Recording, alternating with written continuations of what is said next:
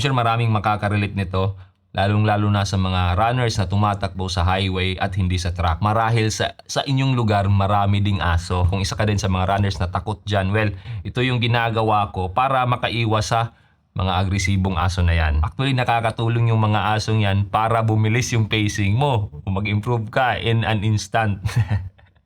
Well, joke lang.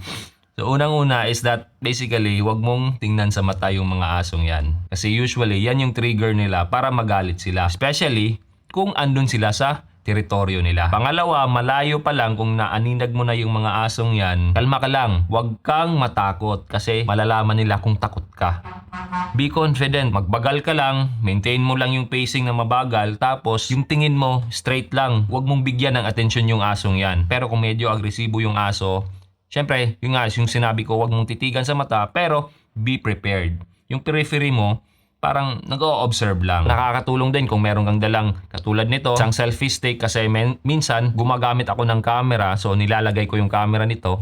Tapos, if ever merong aso, kahit di ako nagbi-video, ginagawa ko, ine-extend ko siya, pero hindi ko inuunahan yung aso. If ever aatake talaga, sisindakin ko gamit to. Now, hindi ako expert sa mga aso, pero marami kaming aso dito. Siguro nasa 13 or 14 na. And usually, napapansin ko, nagiging agresibo lang yung aso kung nakikita nila na ikaw mismo is natatakot sa kanila.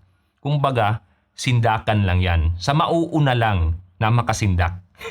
Pero yun nga, wag mong i-provoke yung aso para walang maging conflict. Kalma ka lang, wag kang magpasindak. Wag mong titigan sa mata, and be prepared.